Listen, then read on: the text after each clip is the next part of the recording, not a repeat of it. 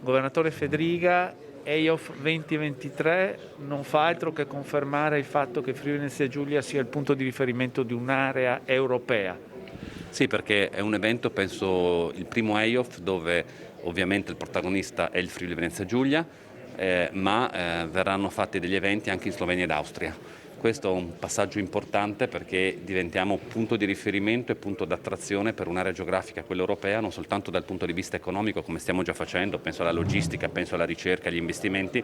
ma anche dal punto di vista culturale e sportivo. Non solo, sempre nello stesso anno si svolgeranno gli EIOF estivi, in questo caso a Maribor, ma dove degli eventi saranno anche svolti in Friuli Venezia Giulia, quindi anche in questo caso è la prima volta che inverno e estate si svolgeranno nel medesimo territorio. Lei ha anticipato anche una collaborazione con Milano Cortina 2026. Un protocollo con la Fondazione Milano Cortina proprio perché è una continuità di eventi di carattere internazionale, partendo dall'EIOF ovviamente, che sono i giovanili dai 14 anni ai 18 anni, per poi arrivare al principale evento sportivo mondiale Milano Cortina 2026, ma con oltretutto molti atleti che parteciperanno all'EIOF, che probabilmente saranno protagonisti anche delle Olimpiadi.